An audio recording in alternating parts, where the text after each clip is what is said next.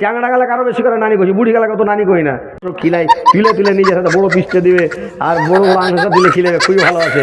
ওই লেগে আমি নানিকে খুব ভালোবাসি, বুঝতে পেরেছেন? নানিকে তো চোখে দেখিনি, মরে গেছি আগি। তো ওই লেগে সবকে নানি কই আর মানবিট আছে, কি করবো?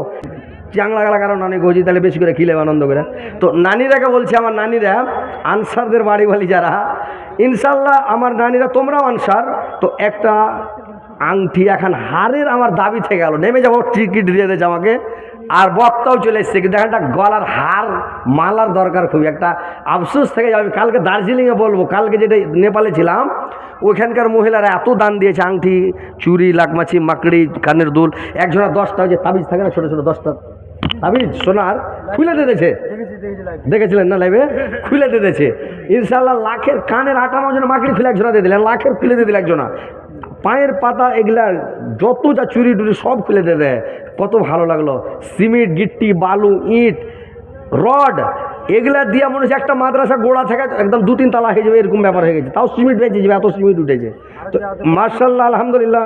কি হ্যাঁ, বদনা তো আইলাম, বদনা, কাঁচা থালি, বাটি, এগুলো তো অনেক। তো কথা হচ্ছে, মা খালা নানিরা আমার, তোমরা একটা হার গালা কেউ দিয়ে পাঠাও তো, ইনশাল্লাহ আমি ছেড়ে দেবো। একটা গাজাল শোনাবো, ছেড়ে দেবো।